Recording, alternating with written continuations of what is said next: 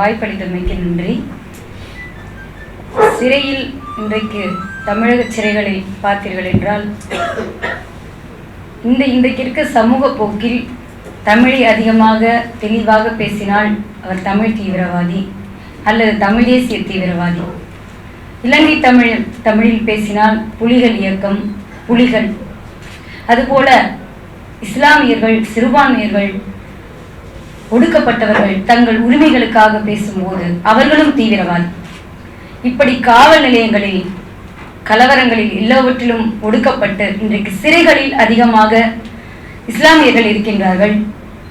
அந்த தோழர்கள் அங்கு இருக்கும் பொழுது இன்றைக்கு ஒரு குறிப்பிட்ட செய்தி என்னவென்றால், இதை நான் சொல்லவில்லை, இன்றைக்கு அண்மையில் வெளியில் வந்த நம்முடைய தோழர் பொழியன் அவர்கள் பல ஆண்டுகள் சிறையில் இருந்து 10 ஆண்டு சிறை தண்டனை அனுபவித்து விட்டு அவர் வெளியில் வந்திருந்தார். அங்கிருக்கின்ற ஒரு குறிப்பிட்ட செய்தி,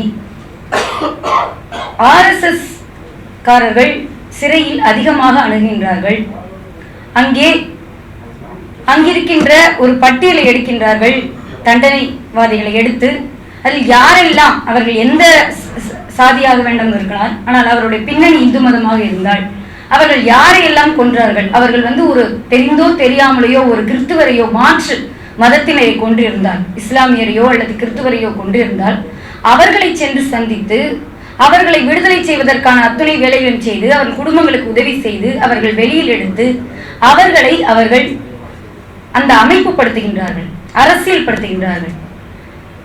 இதிலிருந்து நாம் தெரிந்து கொள்வது, இன்றைக்கு பிஜேபி ஒரு அரசியல் கட்சியாக அது பறந்து விரிந்திருந்தாலும் அதனுடைய ஆழமான அந்த RSS, VHP போன்ற விஸ்வ இந்து பரிஷத், RS போன்றவை இவை தங்களுடைய உள்ளீடான அரசியலை இந்த மக்களுக்கு ஒரு அகண்ட பாரதமாக, குறிப்பாக நம்முடைய தோழர் திருமுருகன் பேசினார்.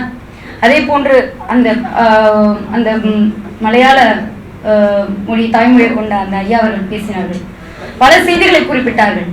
இன்றைக்கு அந்த ஒரு மிகப்பெரிய ஒரு அரசியல் அடையாளத்தையும் அவருடைய இன்றைக்கு இந்தியா என்பது நிற்பதற்கு மதமும் சாதியமும் இந்திய பார்ப்பனிய கட்டுமானம் தான் என்பதை அவர்கள் ஆழமாக உணர்ந்து அவர்கள் அதை விரிவுபடுத்திக் கொண்டிருக்கின்றார்கள். இதற்கெல்லாம் பொது எதிரியார் நாம் இன்றைக்கு பேசிக் கொண்டிருக்கின்றோம். காஷ்மீருக்கும் அசாமில் போராடுகின்ற போராளிகளுக்கும், நாகாலாந்து, மிசோரம் என்று சொல்லக்கூடிய அனைத்து தேசிய இன விடுதலை கோருகின்ற இங்கே தமிழ்நாட்டு அளவிலும் நாம் கோருகின்ற இவர்கள் எல்லாம் நமக்கெல்லாம் பொது எதிரியாக இருப்பது யார்? இந்தியம் என்பது ஒரு மாயை. இன்றைக்கு இந்தியம் என்பது எதிர்க்கப்பட வேண்டிய ஒன்று. இந்தியா அசைகிறது என்றால் அங்கு இந்திய பெரு முதலாளி, மார்வாடி, குஜராத்தி, பார்ப்பன கட்டுமானங்கள் அசைகிறது என்ற பொருள். இந்தியா என்பது தேசிய இனங்களின் சிறைக்கூடாமல் இன்றைக்கு இருந்து கொண்டிருக்கின்றது. இதை நாம் புரிந்து கொள்ள வேண்டும். இங்கு இருக்கின்ற இஸ்லாமிய தோழர்கள் இன்றைக்கு நாம் எவ்வளவு பேசினாலும் அவர்கள் சொன்னது போல, வரலாறுகளை சொன்னது போல, இன்றைக்கு தாழ்த்தப்பட்ட மக்களும் பல மதங்களுக்கு மாறுகின்றவர்களுக்கும் இந்து மத கொடுமைகள் தாங்காமல் மாறியவர்கள். இன்றைக்கு நாம் பண்பாட்டு அளவிலும் மொழி அளவிலும் ஒன்றிணைந்து இருக்கின்றோம். நாம் எங்கு வாழ்ந்தாலும் இந்த நிலப்பரப்பு என்பது தமிழகமாகத்தான் இருக்கும்.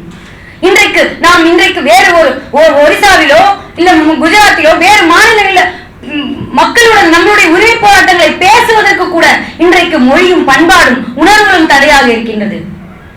நாம் அந்த தேசிய இனங்களை பேசுகின்ற அந்த போராளிகளோடு கை கொடுக்க வேண்டும், அதையும் ஒரு உத்தியாக எடுக்க வேண்டும். நம்முடைய உரிமைகளுக்காக நாம் போராடுவது இங்கு அடிப்படையில் இங்கு தேசிய விடுதலை அடையும். என்னுடைய பார்வையில் இந்தியா என்பது ஒரு மாயை.